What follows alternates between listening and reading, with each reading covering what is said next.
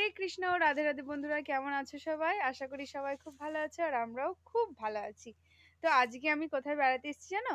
আজকে এসেছি আমার দাদুর আশ্রম। তো নদীর ধারে দেখো, ওই যে নদী দেখা যাচ্ছে ওখানে। আমি এসেছি, আমার হাজবেন্ড এসেছে আর আমার বোন এসেছে। ওই যে আমার বোন আর হাজবেন্ড এসে অনেক অনেক রিলস করছি আর অনেক এনজয় করছি। তো তোমাদের আশ্রমটা দেখাই, চলো।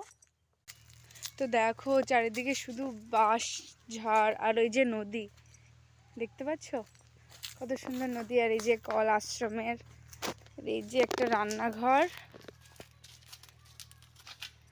এই যে আশ্রমটা এখন আপাতত কেউ থাকে না, দাদু যাওয়ার পর আর কি। এই যেখানে সন্ধ্যা দিত দাদু, আর এই যে এখানে থাকতো। প্রচণ্ড নোংরা হয়ে আছে।